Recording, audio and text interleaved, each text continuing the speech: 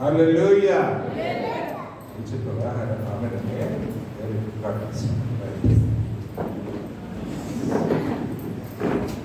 ఈరోజు మొట్టమొదటిసారి వాట్స్ వల్ల గొప్పగా కనపడింది. దేవుని మహిమ కలుగును గాక. హల్లెలూయా. చెప్పరా హల్లెలూయా. రైట్. దేవుని మహిమ కలుగును గాక.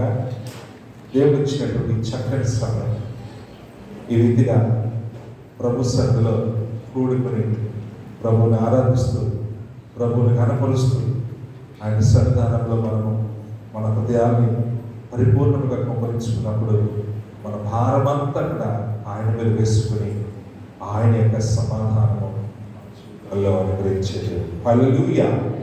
ఈరోజు మనం ధ్యానించుకున్నటువంటి వాక్య భాగము మత్తయి సువార్త 18వ అధ్యాయము మరి 1 నుంచి చదివించగా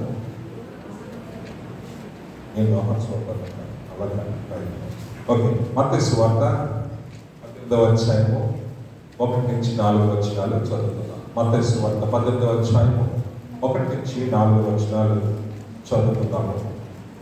ఆ కాలమున శిష్యులు యేసు వద్దకు వచ్చి పరలోక రాజ్యంలో ఎవడు గొప్పవాడని అడగగా ఆయన ఒక చిన్న బిడ్డను తన ఎదురు పిలిచి వారి మధ్యను నిలవబెట్టి ఇట్లనే, మీరు మార్పు నొంది బిడ్డల వంటి వారైతేనే కానీ పరలోక రాజ్యంలో ప్రవేశింపనేరని మీతో నిశ్చయముగా చెబుతున్నాను. కాగా ఈ బిడ్డ వలె తను తాను తగ్గించుకున్న వాడు ఎవడు వాడే పరలోక రాజ్యంలో గొప్పవాడు. దేవునికి స్తోత్రం కలుగును గాక. హల్లెలూయా. సరే, ఈరోజు మనం ధ్యానిస్తున్న వాక్య భాగంలో ప్రభు పరలోక రాజ్య సంబంధమైనటువంటి విషయాలన్నీ కూడా బోధిస్తూ ఉన్న సమయంలో ఆయన వెంట సంచరిస్తూ ఆయనకి సహకరిస్తూ ఆయనతో ఉన్నటువంటి ఈ శిష్యుల్లో వచ్చినటువంటి ఒక ఆలోచన ఏమిటి అని మనం జాగ్రత్తగా గమనిస్తున్నప్పుడు ఆ కాలంలో అక్కడ ఏమంటాడంటే, శిష్యులు యేసునందుకు వచ్చి ఏమడిగారంటే, ఒకటే రామాట, పరలోక రాజ్యంలో ఎవడు గొప్పవాడు? పరలోక రాజ్యంలో కూడా ఎంత గొప్ప ధన్యత. ఈ మాట అడగడం కూడా ఒక గొప్ప సంతోషం అనుకుంటున్నాను నేనైతే. పరలోకంలో ఉండాలనేటువంటి ఆశ ఉంది చూసారా? ఆ ఆశ వారిని ఎంతగా బలపరిచి ముందుకు నడిపిస్తా ఉంటాం. నేను కూడా చేరు ముందు నచ్చక అన్నట్టుగానే ఉంది అక్కడ ఉన్నటువంటి శిష్యుల యొక్క మనస్సు, వారి యొక్క ఆశ, వాళ్ళ యొక్క ఆకాంక్ష అంతా. అయితే ఏమీ కూడా దాచిపెట్టుకోకుండా వారు యేసునందుకు దగ్గరికి వచ్చి ఆయన అడిగినప్పుడు ఆయన సెలవిచ్చినటువంటి మాట ఏమిటి అని అంటే, ఈ గొప్ప అన్న మాట ఎందుకు పుట్టుకొస్తుంది అని నేను చాలాసార్లు ఆలోచించాను. హల్లెలూయా. ఈ గొప్ప అన్న ఫీలింగ్ మనకు ఎందుకు కలుగుతుంది? అసలు ఎందుకు కలుగుతుంది? దేన్ని బట్టి మనం ఈ మాటను వాడుకుంటాము? సర్వసాధారణంగా కాదు, కానీ అసలు ఈ మాట వాడడానికి గల కారణం ఏంటి అని ఆలోచన చేసినప్పుడు అది ఆ వ్యక్తి యొక్క అతిశయ కారణం. దేవుని స్తోత్రం కలుగును గాక. అందులో తప్పు లేదు. ఆ వ్యక్తి యొక్క అతిశయమది. ఎందుకు? నా యేసుతో ఉన్నాను, నా యేసుతో నడుస్తున్నాను, నా యేసు చేసే కార్యాలలో నేను కూడా పాలు మొక్కులు పొందవచ్చు. నేను నా యేసుతో ఉన్నాను, నా యేసయ్యతో నడుస్తున్నాను, నా యేసయ్య చేసే కార్యాలలో నేనేం చేస్తానంటే పాలు మొక్కులు పొందుతున్నాను. దేవుని స్తోత్రం కలుగును గాక. ఇక్కడ చూపించు.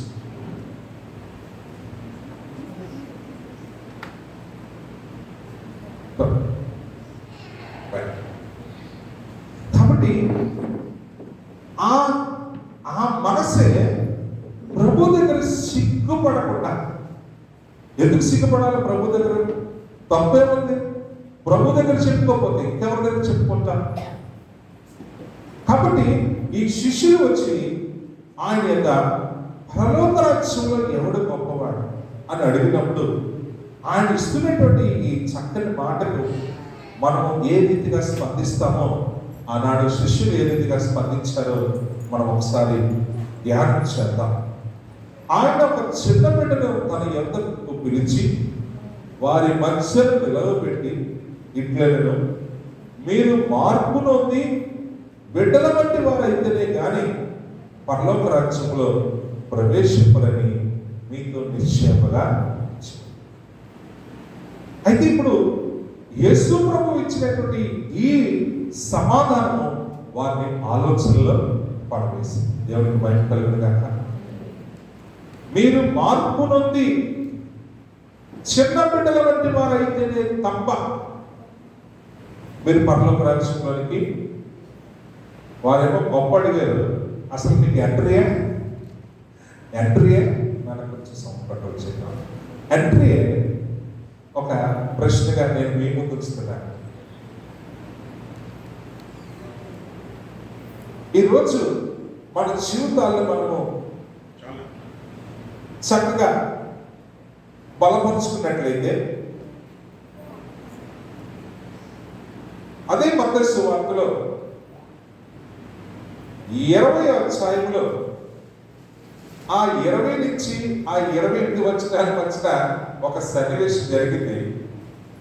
ఒకవేళ ముందుకు వెనకొచ్చిందేమో అనుకుని కొంత స్టడీ చేస్తే ఇది ఒక రకంగా ముందే జరిగినటువంటి పరిస్థితి.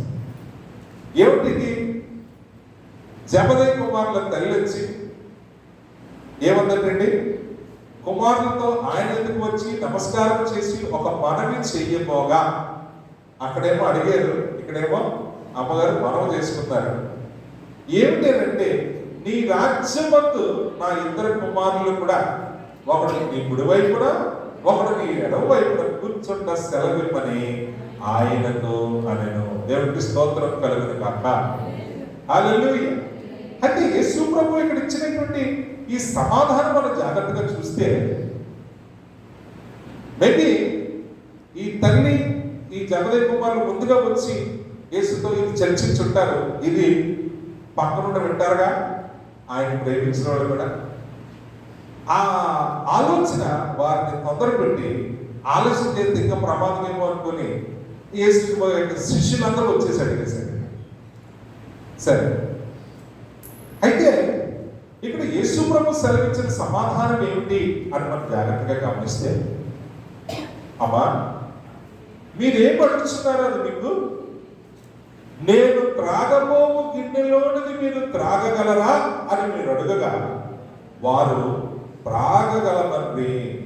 ఆయన, మీరు నా గిన్నెలో త్రాగుతుంది కానీ నా కుడివైపున నా ఎడమవైపున కూర్చుండనిచ్చుగా నా వశంలో లేదు. నా తండ్రి చేత ఎవరికి సిద్ధపరచబడినో వారికే అది దొరుకును. దేవుని స్తోత్రం కలుగును గాక. There comes the answer. ఏమిటి అంటే, మీరు అడుగుతున్నది గొప్ప విషయం, కానీ ఈరోజు నేను మీకు చెబుతున్నది ఏంటంటే, నేను త్రాగే గిన్నెలోనిది మీరు కూడా త్రాగగలరు. ఈ లోకంలో ఆయన దేనికి వచ్చాడు అని అంటే, నశించిన దానిని వెదకి రక్షించడానికి వచ్చాడు. ఇంకా రెండవ విషయాన్ని జ్ఞాపకం చేసుకుంటే, 11వ అధ్యాయంలో ఉన్నటువంటి ఆ 28వ వచనాన్ని కూడా మనం జ్ఞాపకం చేసుకోవచ్చు. ఏమిటట? ప్రయాసపడి భారం వస్తున్న జనులారా నా ఎదుగు రండి, నేను మీకు విశ్రాంతి ఇస్తాను. ఇంకా అంటున్నాడు కదా, ఎలాగంటున్నాడంటే, మీ మీద నా కాడి ఎత్తుకొని నా యొద్ద నేర్చుకుని అప్పుడు మీ ప్రాణానికి. సో మీ భారమంతా నా మీద వేయండి, నా కాడిని మీరు మోయండి. ఆ రోజు జబదయి కుమారుల తల్లి దగ్గర వారితో మాట్లాడిన మాట, యేసు తన జీవితంలో ఏమి చేయవలసిన వాడు ఉన్నాడు, ఏమి చేయడానికి వచ్చాడు, ఏమి చేస్తున్నాడని ఆయన తన గురించి చెప్తున్న మాట, ఈ రెండు ఒక్కసారి మీరు సరిపోల్చుకోవచ్చు. ఈ పని చేయడంలో ఆయన ఎదుర్కొనేటటువంటి పరిస్థితుల్లో కూడా ఆయన ఆలోచించే ఆ మాట అక్కడ ఉన్నటువంటి వారికి చెప్పాడు. అయితే వారేమన్నారండి? వారేమన్నారు? నేను త్రాగుతాము, మేము త్రాగగలము, మేము దేవుడికి మహిమ కలుగుతాక. ఈరోజు అటువంటి మాట ఒకవేళ మీ నోటులను రాగలిగితే, నిజం చెప్తున్నాను, కుడివైపున కూర్చుంటా ఎడమవైపు కూర్చుంటే నా చేతిలో లేదు కానీ ప్రభు చేతిలో ఉందని చెల్లించాడు కదా ఇక్కడ. నిజం చెప్తున్నాను, ఈ మాట నువ్వు అడగలిగితే నిన్నే ఆయన తరపున కూర్చుంటాడు. హల్లెలూయా. ఎందుకు ఈ మాట నేను సెలవిస్తున్నాను అంటే, ప్రభువును కలిగి ఉండుట ప్రభు యొక్క భారాన్ని కూడా కలిగి ఉంది. ఈరోజు ఈ ప్రభు యొక్క భారము కలిగి ఉండుట అనగా ఏ గొప్ప కొరకు వారు ఆశపడ్డారో ఆ గొప్ప ఈరోజు నీవు నేను పొందుకోవాలి అంటే ప్రభు యొక్క భారము నువ్వు కలిగి ఉండాలి. దేవునికి స్తోత్రం కలుగును గాక.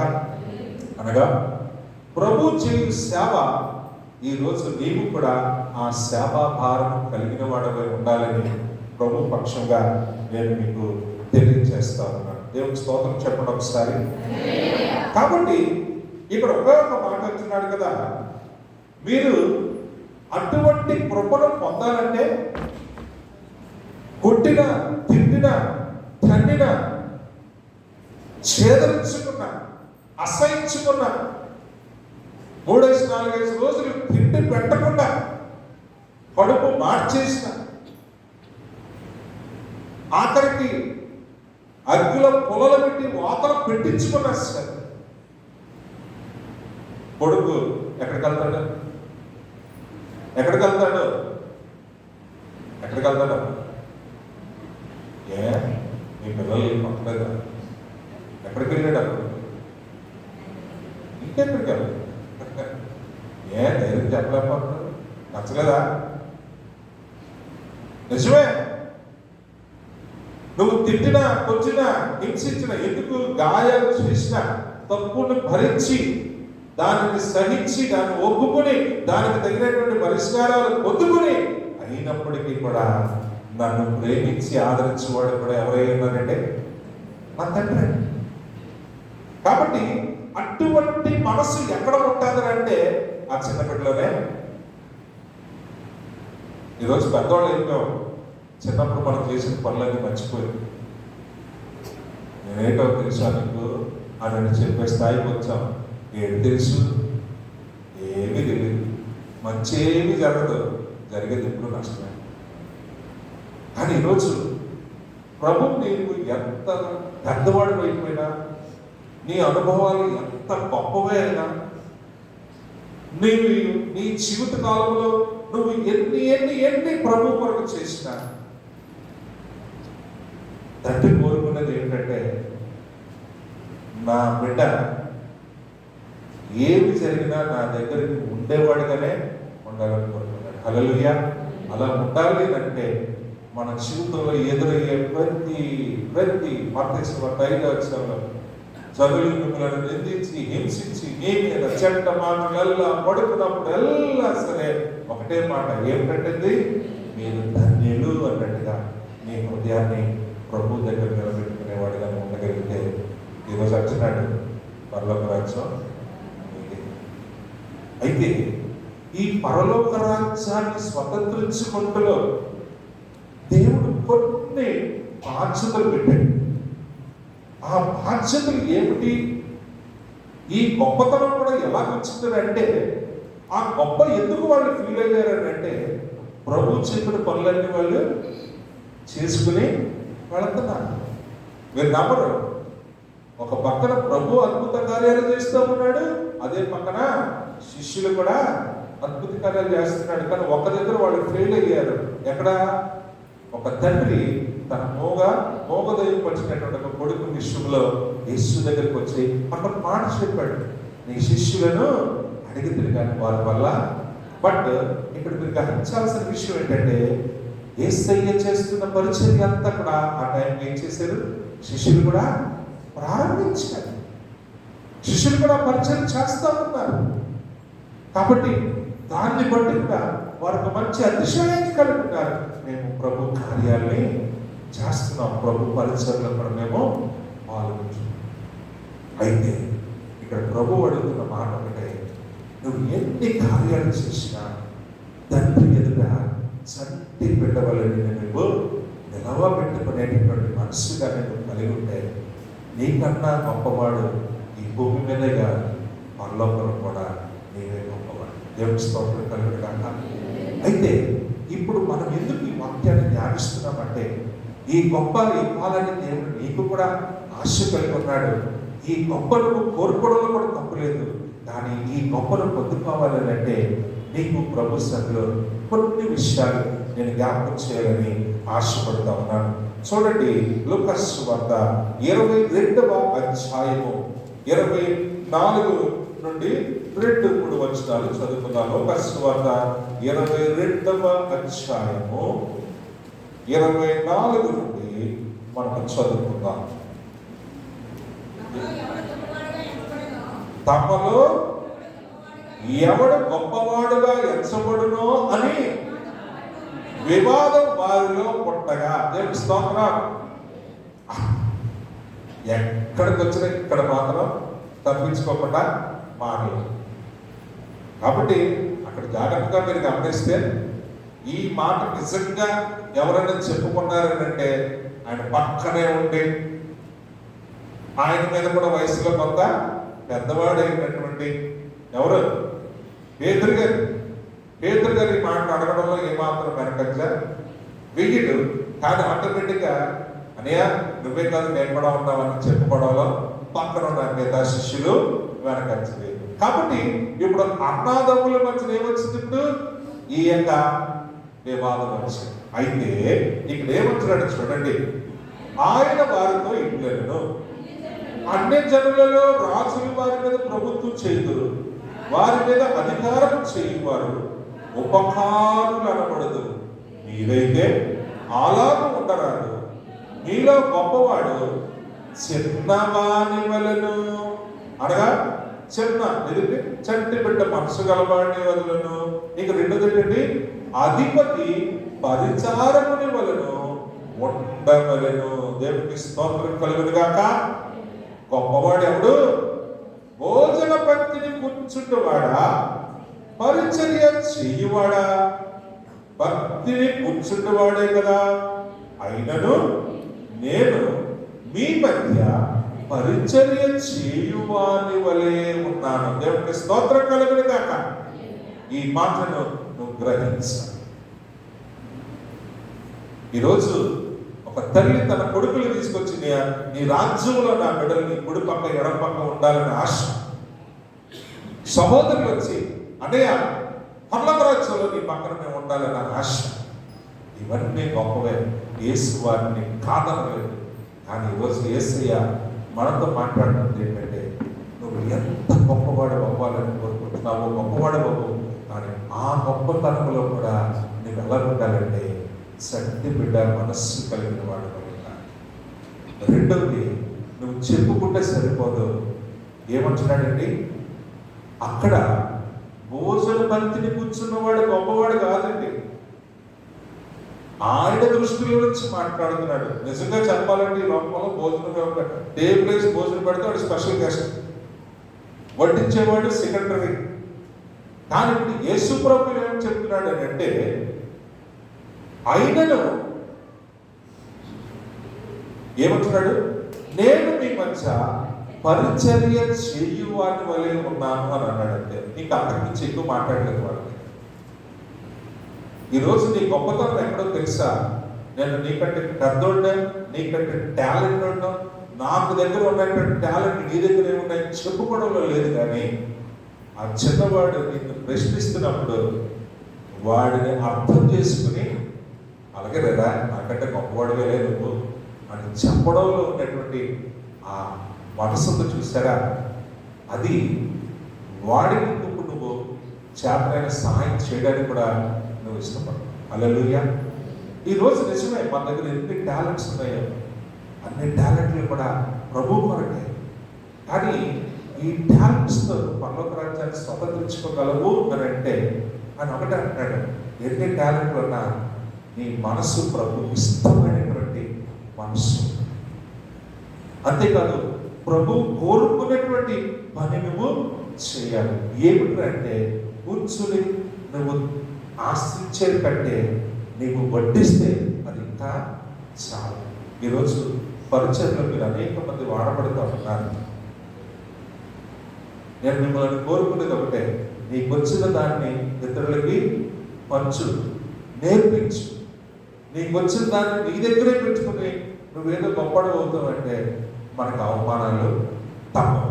ఎందుకంటే చిన్నలు ఊరుకోరుగా అసలు ఊరుకోరు. ఎందుకంటే ఆలుగడంత పెద్దోళ్ళు ఎవరు పెద్దోడైనా కొంచెం సముదాయించుకుంటాడు, చిన్నోడు సముదాయించుకోడు. వాడు ఖచ్చితంగా అడుగుతాడు, నాకు నేర్పు, నాకు కూడా వెళ్ళిపోయి. అప్పుడు పెద్దవాడిగా నువ్వు ఏం చేయాలి అన్నీ తెలిసిన వాడిగా ఇవ్వరా తీసుకు. ఈరోజు ఒక మాట ఆలోచన చేయాలి. దేవుడు దర్శించి మోషేను తన యొక్క ఇశ్రాయేలును నడిపించడానికి వాడబడ్డాడు. మీరు నమ్మరు, మోషే దగ్గర యెహోషువ ఎలా ఉన్నాడండి? మోషే దగ్గర యెహోషువ ఎలా ఉన్నాడు? ఒక పనివాడిగానే ఆయనకి కాళ్ళు నొప్పొస్తే కాళ్ళు పట్టేవాడుగా ఉన్నాడు. ఆయనకి దగ్గొస్తే నీళ్ళు అందించేవాడుగా ఉన్నాడు. ఒకవేళ ఆయన పడిపోతే ఆయనని ఎత్తుకోవడానికి కూడా, ఆయన మోయడానికి కూడా ఆయన ఏమాత్రం వెనకాడనటువంటి ఒక నిజమైనటువంటి శిష్యుడిగా తన జీవితాన్ని యెహోషువ మోషే దగ్గర నడిపించుకున్నాడు. దేవుని స్తోత్రం కలుగును కాక. అందుకనే దేవాది దేవుడు కూడా చూశాడు, తర్వాత ఎవరు నా జనాంగాన్ని నడిపిస్తారు. అక్కడ చూసి మోషేతో మాట్లాడాడు, మోషే యెహోషువను చూసావా, యెహోషువను చూసావా, నువ్వు ఎలాగైతే నా దగ్గర ఉన్నావు అలాగే నీ దగ్గర ఎవరున్నారండి? యెహోషువ. యెహోషువ దగ్గర ఏమి చూశాడు? నమ్మకత్వాన్ని చూశాడు, విధేయతను చూశాడు.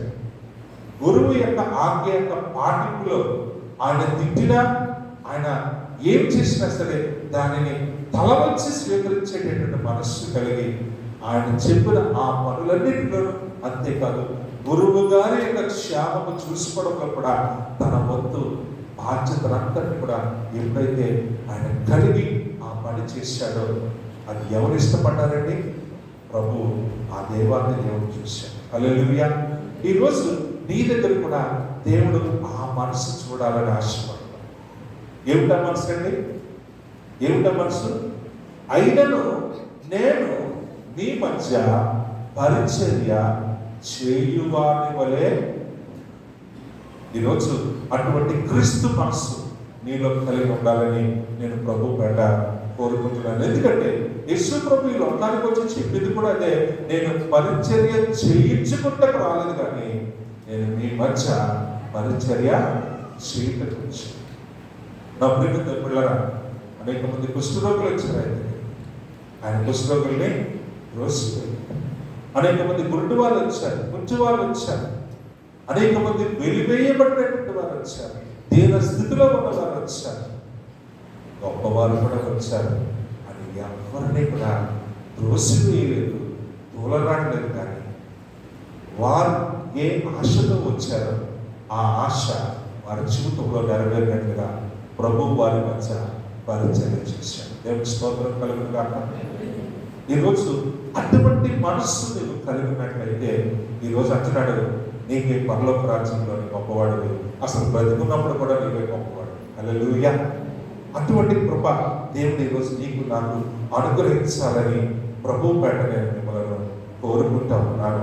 అందుకనే ఏమంటున్నాడు అని జాగ్రత్తగా చూసినట్లయితే లూకా సువార్త 9వ అధ్యాయము 46వ వచనం నుంచి ఆ 2 వచనాలు చూడండి. చెప్పు, చదువు.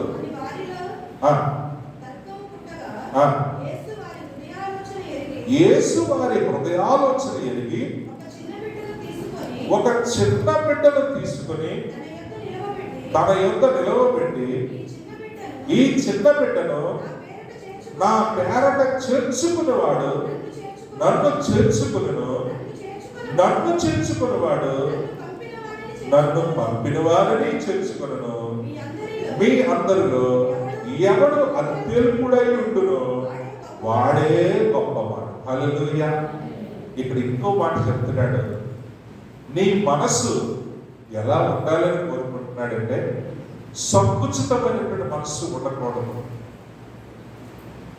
నీకు ఒకరిని ఎలా ఉండాలంటే చెప్పాడు కదా, పెద్దవాడు వచ్చి అడిగినా చిన్నపిల్లలు ఊరుకోరు. చిన్నవాడు కూడా తమ్ముడు కూడా వచ్చి గొడవ చేస్తాడు, మాకు కావాలి. ఇప్పుడు ఏం చేయాలి నువ్వు? అలాగే లేరా అని వాడిని నువ్వేం చేయాలి? నీ పక్కన చేర్చుకోవాలి. ఈరోజు మీ జీవితాలు లేదా మీలో అటువంటి మనస్సు కలిగిన వారు ఉంటే నేను చాలా సంతోషిస్తున్నాను. మిమ్మల్ని బట్టి దేవుడు మిమ్మల్ని బహుగా దీవించున్నాడు. కానీ చాలా మంది చిన్న మనస్సు, మనిషిని వారు వేసే వస్త్రంతోని, వారి పొలాలతోని, వారి యొక్క ఆర్థిక స్థితిగతులతో పోల్చేటటువంటి చిన్న మనస్సులు కలిగి ఏమి లాభం? పరలోక రాజ్యంలో అసలు ఎవడు గొప్పవాడంటే అసలు ముందు నువ్వు చిన్నపెట్టవంటి మనుషులు ఉంటే తప్ప నీకు ఎంట్రీ లేదు అంటాడు. నువ్వేమో పరలోక రాజ్యం కోసం నువ్వు ఎన్నెన్నో చేసేస్తున్నావు. కానీ నీ పక్కోడిని నువ్వు ప్రేమించడానికి, నీ పక్కోడిని నువ్వు పక్కన చేర్చుకోవడానికి, నీ పక్కోడి గురించి కనీసం 2 కన్నీళ్లు పట్టు. అయ్యో నా తమ్ముడే, నా చెల్లె, మీ ఇద్దరు కలిసి ఎంతగా ప్రార్థన చేసుకునే వాళ్ళమే, ఇద్దరు కలిసి ఎంతగా పేదలకు అన్నం పెట్టుకుందాం, ఏదో చేసుకుందాం, ఒకటి వల్ల కాకపోతే ఇద్దరన్నా చేసుకుందాం అనేటటువంటి మనసులో మీ ఇద్దరు ఎంత చక్కగా ఉన్నారండి అని చెప్పుకోవడంలో కూడా ఏమైనా అవకాశం ఉందా? నువ్వు గొప్పతనం గురించి ఆలోచిస్తున్నావు. యేసుప్రభు అసలు ఎంట్రీయే నీకు ఒక పెద్ద ప్రశ్న. ఈరోజు అటువంటి చేర్చుకునే మనసు నీలో ఉంటే నీవే సంఘంలో గొప్పవాడివి. పరలోక రాజ్యంలో కూడా దానికి పొలం అడ్డు రాకూడదు, దానికి ఆర్థిక స్థితిగతులు అడ్డు రాకూడదు, దానికి పేద గొప్ప అనే ఆ మాట అడ్డు రాకూడదు. నీ దగ్గర ఉండాల్సిందల్లా ఒకటే, ఏ ప్రభు ప్రేమ నిన్ను ఆకర్షించిందో అదే ప్రేమ నువ్వు ఇతరుల పట్ల చూపించగలిగితే ఈ సంఘంలోనే కాదు, నువ్వు ఎక్కడున్నా నువ్వే గొప్పవాడివి, పరలోకంలో కూడా నువ్వే గొప్పవాడు. దేవుని స్తోత్రం కలుగును గాక. ఎందుకు ఈ మాట సెలవిస్తున్నానంటే ఈరోజు ఆయన అటువంటి వారి కొరకు ఆశపడతాడు. నేను ఏది చేసి మీ ముందు ఉంచానో మీరు కూడా అది చేయగలిగితే ఆ తండ్రి చిత్తము నెరవేర్చిన వారు నేనే కాదు మీరు అవుతారు. అప్పుడు నేను ఎలాగైతే ధైర్యంగా తండ్రి నీకు ఇచ్చిన పని నేను నమ్మకంగా చేశాను అని చెప్పుకుని ఈరోజు బలా నమ్మకం దాసుదారా నా పక్కన కూర్చొని నా గురించి చెప్పాడు, రేపు ఆయన మీ గురించి కూడా చెప్తాడన్న ఆశ ఈరోజు యేసు ప్రభు అటువంటి వారికి ఆశపడుతూ ఉన్నాడు సంఘంలో. అందుకనే ఇక్కడ ఒక చక్కని మాట నేను మీకు చూపించాలని ఆశపడుతూ ఉన్నాను. నిర్గమకాండము 9వ అధ్యాయంలో నిర్గమకాండము 9వ అధ్యాయము 29వ వచనం నుండి అక్కడ ఒక 4 వచనాలు చిన్న మాట నేను మీకు చూపించాలని ఆశపడుతున్నాను. సన్నివేశాలు చూడండి. నిర్గమకాండము 9వ అధ్యాయము ఏంటంటే మోషే అతన్ని చూచి నేను ఈ పట్టణం నుండి బయలు వెళ్ళగానే నా చేతులు యెహోవా వైపు ఎత్తుదును, ఈ ఉరుముల మానును, ఈ వడగట్లను ఇక మీదట పడవు, అందువలన భూమి యెహోవాదని నీకు తెలియబడును. అయినను నీవు నీ సేవకులను ఇకను దేవుడైన యెహోవాకు ఒక్క నిమిషమ్మా, ఇది మోషే అక్కడ ఉన్నటువంటి లేకపోతే అహరోను ఊర్ల మధ్య జరిగినటువంటి సంభాషణ నేను మీకు చూపించాలని ఆశపడ్డాను. దాని గురించే నేను చెప్పాలని నేను చెప్పాను. 17వ అధ్యాయం. ఆ 17వ అధ్యాయంలోకి మనం ఒకసారి వెళ్దాం. ఆ 17వ అధ్యాయంలోకి వెళ్ళినప్పుడు 12వ వచనం 17, 12 మోషే చేతులు బరువెక్కగా ఏం చేశారంటే వారు ఒక రాయి తీసుకొని వచ్చి అతడు దాని మీద కూర్చుంటుటకై దాని వేసిరి. అహరోను హూరులు ఒకడు ఈ పక్కను ఒకడు ఆ పక్కను అతని చేతులను ఆదుకొనగా అతని చేతులు సూర్యుడు అస్తమించు వరకు నిలకడగా ఉండెను. దేవుని స్తోత్రం కలుగును గాక. అమాలేకులకు ఇశ్రాయేలుకు మధ్య యుద్ధం జరుగుతుంది. వారి సంఖ్యలో చూస్తే ఎక్కువ మంది ఇశ్రాయేలు ముందు. కాబట్టి దేవుడైనటువంటి యెహోవా సన్నిధిలో మొరపెట్టినప్పుడు మోషేతో దేవుడు మాట్లాడి, నీ చేతులు పైకెత్తు, వారి వైపు నువ్వు ఎత్తి పట్టుకుని వారిని దీవించు, వారి యుద్ధం చేసేంత వరకు కూడా నీ చెయ్యాలని ఉండాలి, పైన ఉండాలి. ఇక్కడ మీరు గమనించాల్సింది ఏంటంటే, యేసయ్య ఏ భారంతో వచ్చాడు ఈ లోకానికి? ఇప్పుడు మోషే దగ్గర కూడా అదే పని పడింది. తన జనులను నాశనం నుంచి వాటి నుంచి ఇప్పుడు ఆయన రక్షించుకోవాలి. కాబట్టి ఇప్పుడు ఆయన ఏం పెట్టాడు? దేవుడు చెప్పినట్టు చెయ్యి ఎత్తి పెట్టాడు. ఆయన మనిషిగా. కానీ ఇక్కడ జరిగింది ఏంటి? చెయ్యి దిగితే అక్కడ ఏమైపోతుంది? అమాలేకులు ఇశ్రాయేలు చంపేస్తున్నారు. చెయ్యి ఎత్తితే ఇశ్రాయేలు అమాలేకుల్ని చంపేస్తున్నారు. కాబట్టి ఇక్కడ పైకి వచ్చిన అంటాడు కదా, మోషే తన చెయ్యి పైకెత్తినప్పుడు ఇశ్రాయేలు గెలిచింది, మోషే తన చెయ్యి దిప్పినప్పుడు అమాలేకులు. అయితే ఇప్పుడు మోషే చేతులు బరువెక్కగా వారు ఒక రాయిని తీసుకుని వచ్చి అతడు దాని మీద కూర్చుండటకై దాన్ని వేసింది. అలాగే అహరోను హూరులు ఒకడు ఈ పక్కను ఒకడు ఆ పక్కను అతని చేతులను ఆదుకొనగా అతని చేతులు సూర్యుడు అస్తమించే వరకు నిలకడగా ఉండెను. అట్లు యెహోషువ కత్తివాడి చేత అమాలేకు రాజును అతని జనులను గెలిచెను. హల్లెలూయా. ఈ సన్నివేశాన్ని ఎందుకు మీ ముందు వచ్చానంటే, ఇశ్రాయేలు పట్ల భారము కలిగినటువంటి దేవుడు మోషేను నియమించి ఆ ఇశ్రాయేలు యొక్క క్షేమము చూడవలసినటువంటి బాధ్యతను తన భుజాల మీద వేసినప్పుడు మోషే ఆ భారము వహించటంలో తను తాను ఏ రీతిగా రిక్తుడిగా చేసుకుని నిలబడి ఉన్నాడు. అయినప్పటికీ ఆయన ఎంతవరకు నిలబడతాడు? కాళ్ళు నొప్పులు. కాబట్టి వెంటనే ఏం చేశారు? పక్కన ఉన్నటువంటి అహరోను హూరులు ఆయనకి ఏం చేశారు? నుంచుని చెయ్యెత్తిన కూర్చుని చెయ్యెత్తిన ముందు చెయ్య పైకి ఎత్తి ఉంటారు. కాబట్టి అయ్యారు నుంచునే చెయ్యెత్తాల్సిన అవసరం లేదు కదా, మీకు రాయి వేసి కూర్చొని పెట్టారు. కానీ ఎంతసేపు చెయ్యి పై ఉండాలి? కాబట్టి చెయ్యి దిగిపోతున్న సమయంలో అక్కడ అమాలేకులు గెలిచేస్తున్నారు. కాబట్టి ఇప్పుడు మీరు ఏం చేశారంటే, ఏం చేశారు? కుడి పక్కన ఎడం పక్కన నిలబడి ఆ కుడి హస్తము కిందకి తిప్పకుండా పైకి పట్టుకున్నారు. హల్లెలూయా. ఇప్పుడు వాళ్ళు కూడా నొప్పిగా వాళ్ళ వరకు యుద్ధం సాయంకాలం అయ్యేవారు.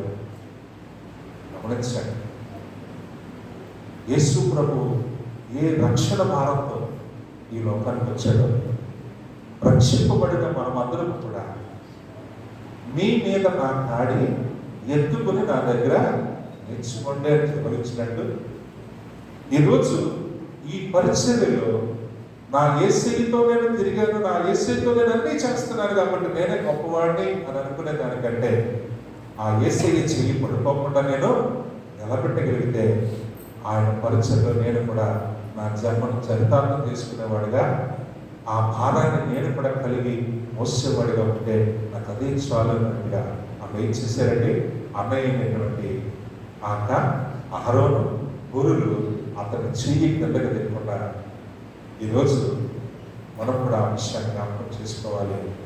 యేసు ప్రభు వచ్చి ఆయన నశించిపోతున్న మానవాళ్ళని వెతికి రక్షించడానికి వచ్చాడు. ఆ భారాన్ని ఈరోజు నీవు నేను కూడా కలిగి ఉండాలి. దైవజనుడు చెయ్యి ఎత్తినప్పుడు ఆ చెయ్యి అలసిపోతున్న సమయంలో, అయ్యారు నేను ఉన్నాను మీ పక్కనని ఆ చెయ్యిని ఎత్తి పుచ్చుకొని అవసరమైతే వారి చెయ్యి నొప్పొచ్చినా సరే ఈ చెయ్యి కిందకి దిగకుండా యేసయ్య నామం జనుల మధ్య మహిమ పరచబడును గాక. ఆ రీతిగా ఉండాలని దేవుని స్తోత్రం కలుగును గాక. నా ప్రియమైన దేవుని బిడ్డలారా, ఇంకొక మాట నేను జ్ఞాపకం చేస్తాను. మత్తయి సువార్త 27వ అధ్యాయము 55వ వచనాన్ని మనం చూద్దాం. ఇక్కడ ఒక చక్కని మాట రాయబడింది. మత్తయి సువార్త 27వ అధ్యాయము 55వ వచనం. మొత్తం పెట్టి సమయం ఉంది. ఏంటమ్మా? యేసునకు ఉపచారము చేయించు ఏంటండి? గలిలయ నుండి ఆయనను వెంబడించిన అనేక మంది స్త్రీలు అక్కడ చూచుచుండరు దూరం నుండి. ఎందుకు? అక్కడ పరిస్థితి ఏంటంటే ఆయన శిలువ మీద వేలాడుతూ ఉన్నాడు. అయితే ఇక్కడ ఈ విషయాన్ని ఎందుకు మీకు జ్ఞాపకం చేశారంటే ఈ 55వ వచనంలో ఒక మాట కనపడుతుంది. యేసునకు ఉపచారము చేయుచు గలిలయ నుండి ఆయనను వెంబడించిన అనేక మంది స్త్రీలు. ఎంత గొప్ప మాట! శిష్యులు ఒక్కలే కాదు, ఆయనతో పాటు ఆ శిష్యుల వెనకాతల అనేక మంది స్త్రీలు కూడా ఆయనను వెంబడిస్తూ ఉన్నారు. వెంబడించినప్పుడు యేసయ్య పరిచర్యలో ఆ పరిచర్య భారమును వారు గ్రహించుకున్న వారే యేసుకు ఏం చేయాలని ఆశపడ్డారండి? ఉపచారం. ఉపచారం అంటే అర్థం చెప్పండి. ఉపచారం అంటే అర్థం చెప్పండి. చాలా మంది చూస్తారు, తాతయ్య నీకు అన్నం పెట్టరానా, కాళ్ళు వస్తున్నాయి, కాలు పట్టిన చిక్కుపట్ల. నేను ఒక వ్యక్తి గురించి చెప్తాను. నా ఫ్రెండ్ శ్యామల ప్రభు దగ్గరికి వెళ్ళిపోయింది. శారంటి గారి కూతురు. తను నేను ఫోన్లో మాట్లాడుకున్నాను. గుర్తొస్తే ఫోన్ చేసి ఇంటికి వచ్చినట్టు నేను కలవకుండా వెళ్ళడానికి వీలేదు. చాలా విషయాలు మాట్లాడాను.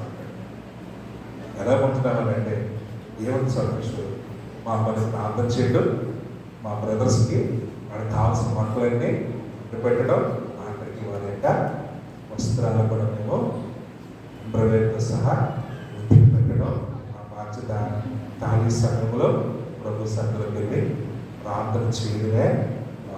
హల్లెలూయా. ఈ మాటలు చెప్తున్నాడు, చాలా ఆనందపడి నన్ను కూడా చాలా బలపరిచాను. నువ్వు కూడా దేవుడు రాజ్యం పరిస్థితి పడాలి, నువ్వు కూడా చక్కగా సేవ చేయాలి, నేను నీకోసం ప్రార్థన చేస్తాను. ఒక వండర్ఫుల్ ఫ్రెండ్ని నేను సంపాదించుకున్నానని శాపాన్ని బట్టి నేను చాలా గర్విస్తాను. ఆమె దగ్గర ఉన్న ఆ ధర్మాన్ని చూసి నేను ఆశ్చర్యపోయాను. ఏమిటంటే నేను ఉపచారం చేసేటటువంటి ఈరోజు ఒక గ్లాసు నీళ్ళు ఇవ్వడానికి కూడా చాలా మందికి మనసు రాదు.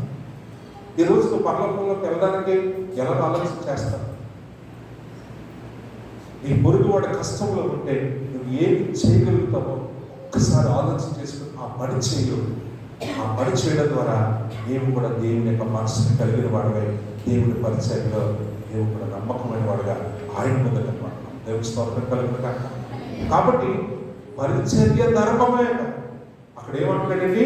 ఉపచారము అని కూడా అంటున్నాడు. ఈ ఉపచారం అనేటటువంటి మాట అది చాలా గొప్పది. అపోస్తలుల కార్యములో చూసినప్పుడు బర్తలోమయి వీరందరూ కూడా ఏం చేశారంటే, యోహాను, పేతురు వీళ్ళందరూ కూడా సువార్త ప్రకటనకు వెళుతూ ఉంటే బర్తలోమయి గారు ఉన్నటువంటి ఆ విధవరాండ్ర కొరకు, ఆ శిష్యుల కొరకు, వాళ్ళందరి కొరకు మార్కెట్కి వెళ్ళి బజారు తీసుకొచ్చిన వారికి అన్నపానములు, వాళ్ళకి క్షేమాన్ని చూసేవాడు. హల్లెలూయా. అదేంటంటే అయ్యారండి, మరి బర్తలోమయి కొరకు ఇవ్వాలి కదా, గుడ్డివాడే బర్తలోమయి, అందుకని బర్తలోమయి ప్రాజెక్ట్. అది ఎంత గొప్ప మనసు చూడండి. నేను వెళ్ళి స్మార్ట్ చేసేయాలని అన్నమాట. అంటే ఇక్కడ ఏమంటాడు? పెద్దలు చెప్పినటువంటి ఆ పరిచయం చేస్తూ అక్కడ కూడా బర్తలోమయి ఈరోజు మన జీవితాల్లో కూడా గొప్ప సేవకుడిగా, గొప్ప యేసయ్య శిష్యుడిగా నిలబడతాం. ఈరోజు నువ్వు ఒకటే జ్ఞాపకం చేసుకో, ఈ పరిచర్యలో యేసుని చూసి నీవు ఆయనకి ఇష్టమైన పాత్రగా వాడబడితే నేను చెప్తున్నాను, నీకంటే గొప్పవాడి పరలోకంలో ఇంకొకడు లేడు. అందులో మరి ముఖ్యంగా నువ్వు ఎంత పెద్దవాడువైనా, ఎంత గొప్పవాడువైనా సేవకుడు చెయ్యి కిందక పడకుండా నువ్వు కానీ వచ్చి దాన్ని ఎత్తగలిగితే ఆ నొప్పులో భారాన్ని కూడా బయట నువ్వు తట్టుకోవడానికి నీ ఇష్టాన్ని ప్రకటించగలిగినట్లయితే నిజం చెప్తున్నాను, ఈరోజు నీవే గొప్ప. అటువంటి కృప దేవుడు నీకు నాకు అనుగ్రహించాలని నేను ముగిస్తూ ఉన్నాను. కాబట్టి మనమందరూ కూడా ఒకటే మాట, 1 పేతురు రాసిన ఈ మాట చదువుకుని మనం ముగించుకుందాం. 5వ అధ్యాయము 3వ వచనం.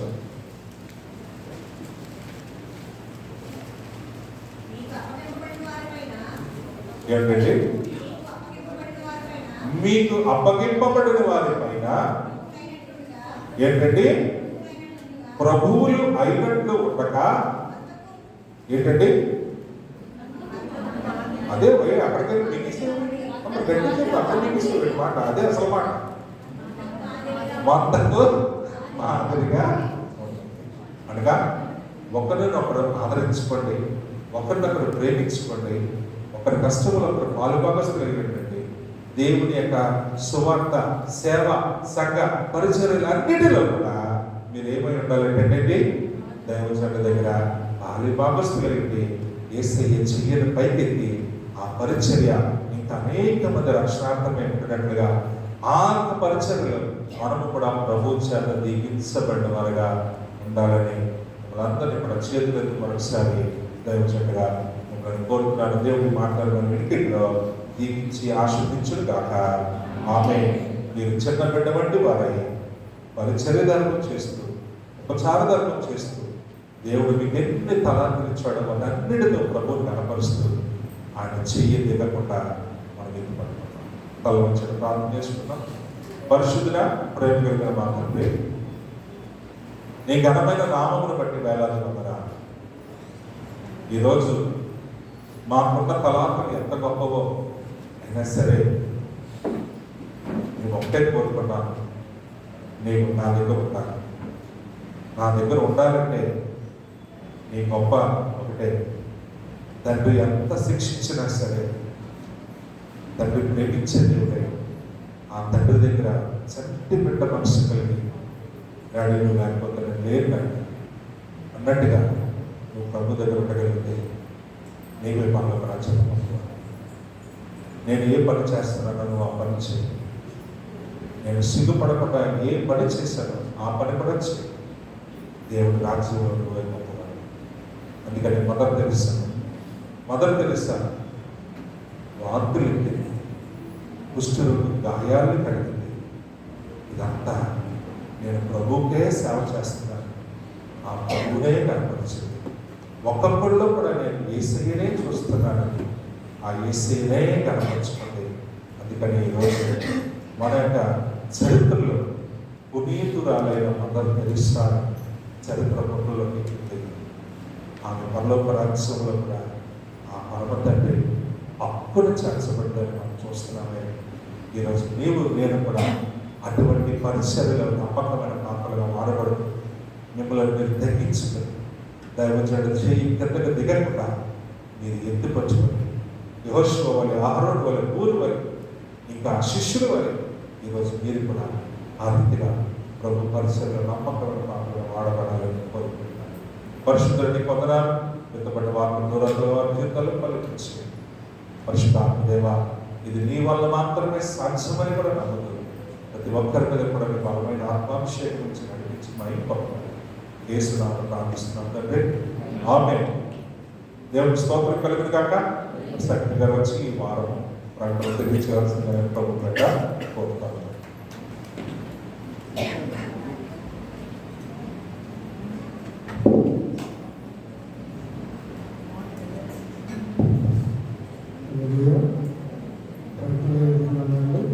ఆదివారం ఈరోజు మళ్ళీ రమేష్ గారి దగ్గర వైద్యులు ధ్యానం ఉంటుంది. ఈ సమయానికి వచ్చి దేవుని ఆశీర్వాదాలు పొందాలని ప్రభుత్వాన్ని మనం చూస్తాం. సోమవారం నాడు పావని రమణ గారి దగ్గర ఉంటుంది. ఎస్సిబిసి కాలనీ మన గ్రౌండ్ వైపు వీధిలోనే గమనించాలని కోరుతున్నాం. మంగళవారం విజ్ఞాపన ప్రార్థన 11 గంటల నుంచి 1 గంట వరకు ఉంటుంది.